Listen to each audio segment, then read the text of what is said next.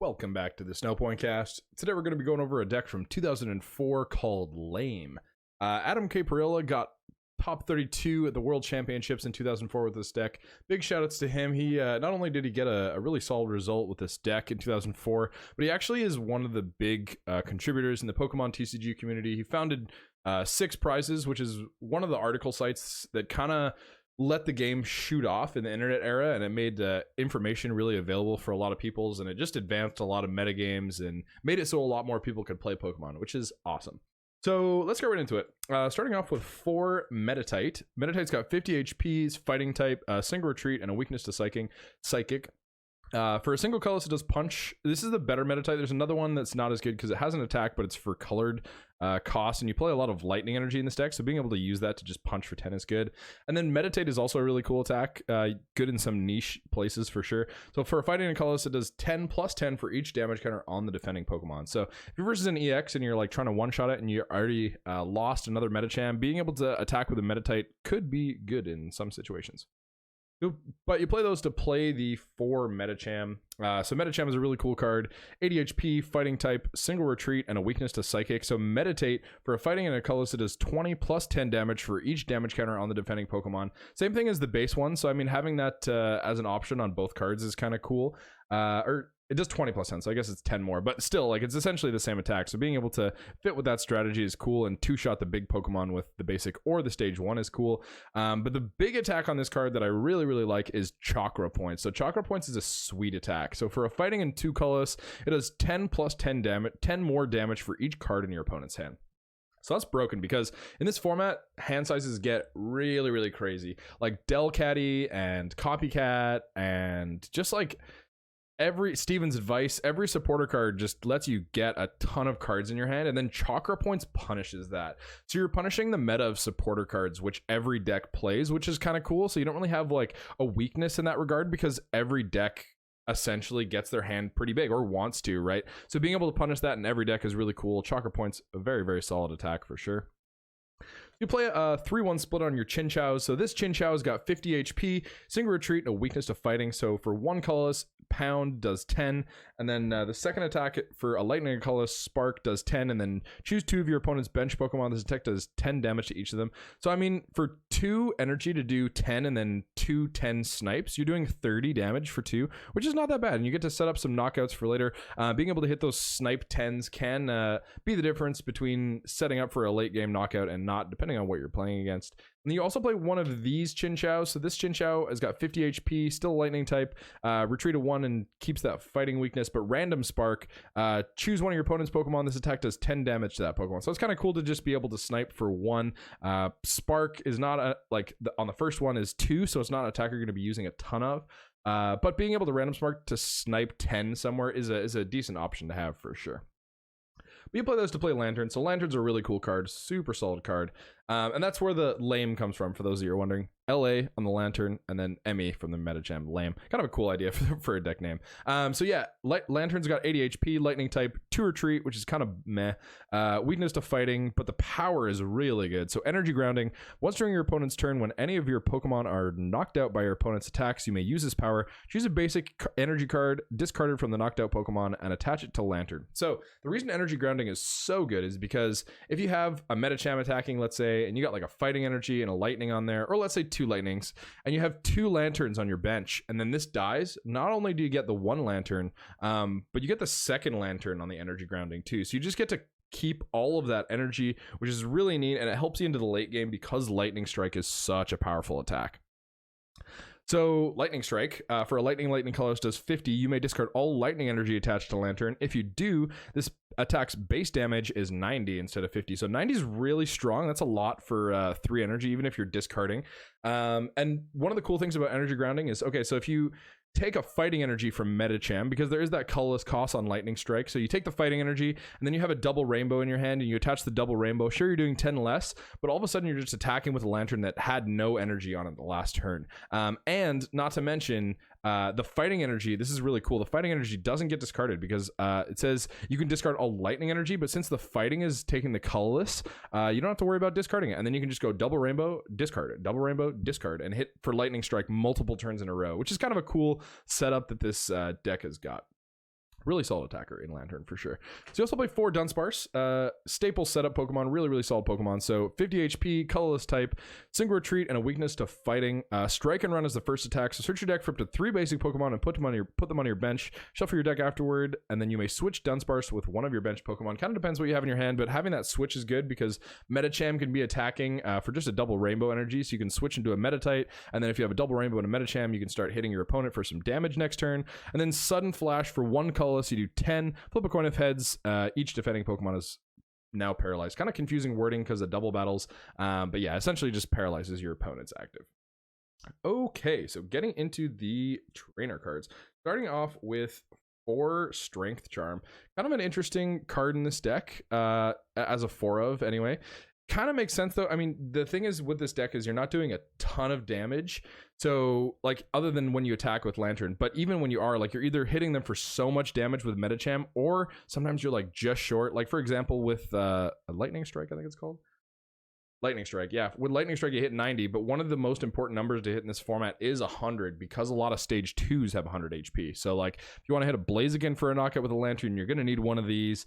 And so just being able to hit your numbers with these is really clutch, as well as, like, your opponent will sometimes keep their hand size. If they're like, good, if they're playing well, then they'll keep their hand size, like, and put you like 10 or 20 short, usually 10 short if they have the option to just because they want the more cards in their hand, 10 short of knocking you out with chakra points, and then all of a sudden you drop a Strength Charm and you're like, psych, you thought that your numbers were right, but I have a Strength Charm, it's so good. And then all of a sudden you're dropping your opponent's active that they thought that they were safe on, and now all of a sudden their whole strategy has changed and they got to figure out something else to do because they weren't expecting that Pokemon to get knocked out. They thought that their math was right, and then you drop a secret Strength Charm and then bada bing bada boom, they're knocked out. So that's kind of a cool card in this deck.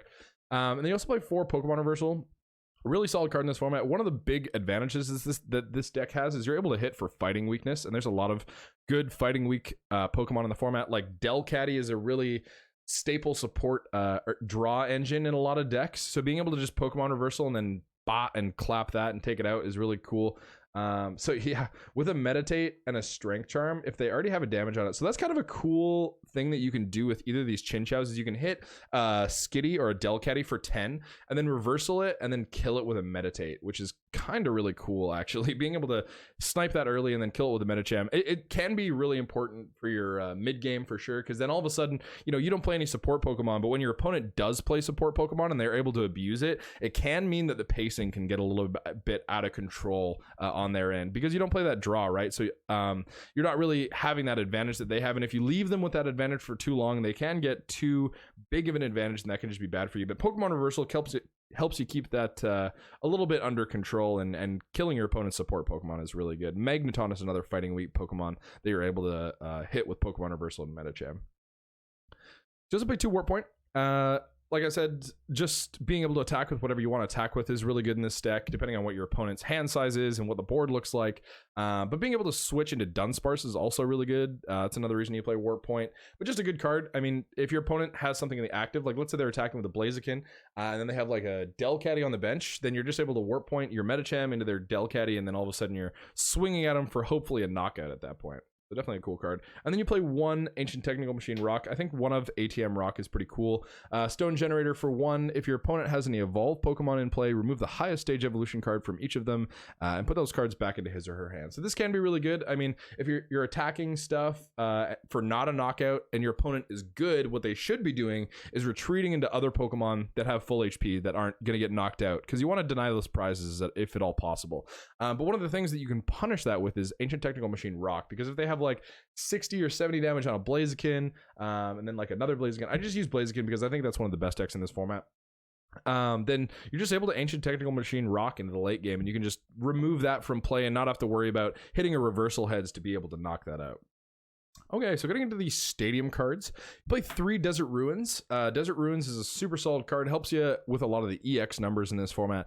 So at any time between turns, each player puts 1 damage counter on his or her Pokemon EX with a maximum HP of at least 100. So that's pretty much every EX in this format that's relevant. You're able to hit it for some Desert Ruins damage. That can be helpful for one of two things. If you hit it early game, and like I said, if they're retreating to the bench, you don't really have that option unless you hit a reversal heads to get that into the late game. But then you just drop a Desert Ruins, and if Desert Ruins is locked into play, then that can mean the death of their EX Pokemon if they don't have a Blossom or something like that.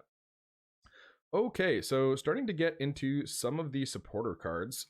So first one is for Copycat. Makes a lot of sense. You know, you kind of want your opponent to have a big hand so you can hit him with chakra points.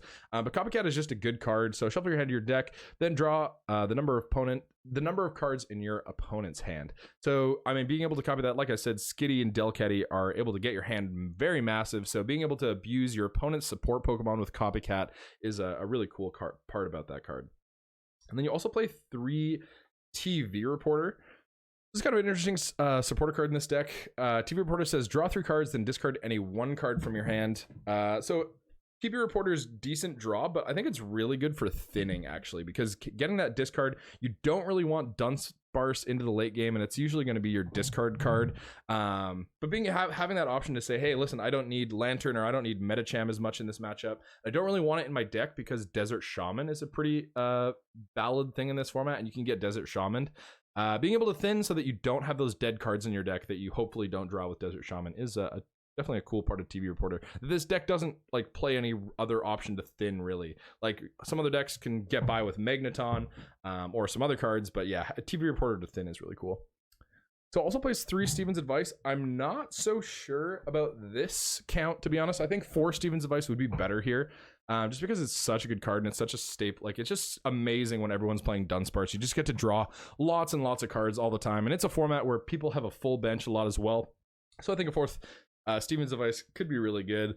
But yeah, so Steven's Advice, if you have more than 7 cards in your hand, you can't play this card. Draw a number of cards up to the number of your opponent's Pokemon in play. So when your opponent drops a Dunsparce and then strike and runs, if they get all 3, then you're searching for at least 4, or drawing at least 4, if not more cards with this card, which makes it such a solid supporter in this form.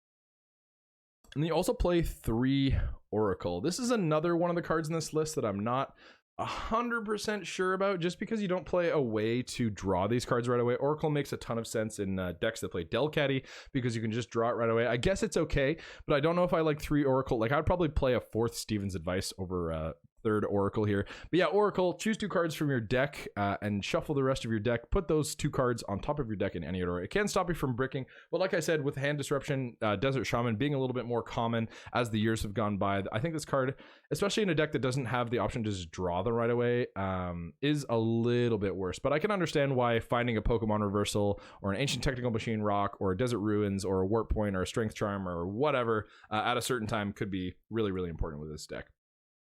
Okay, so getting to the energy cards, you're going to be playing 2 Fighting Energy, and then you're going to be playing 7 Lightning Energy. So these are your Energy Grounding energy. Energy Grounding only works on basic energy, not Double Rainbow. That'd be pretty insane if it worked on DRE. But yeah, so 2 Fighting, 7 Lightning makes a lot of sense. You play 4 Double Rainbow as well, but these are your Energy Groundings. You play 9 energy to Energy Ground with an attack with Dunsparce, which is like a fair amount. It's enough that you hit it when you need it. And then Double Rainbow Energy, really cool card in this deck.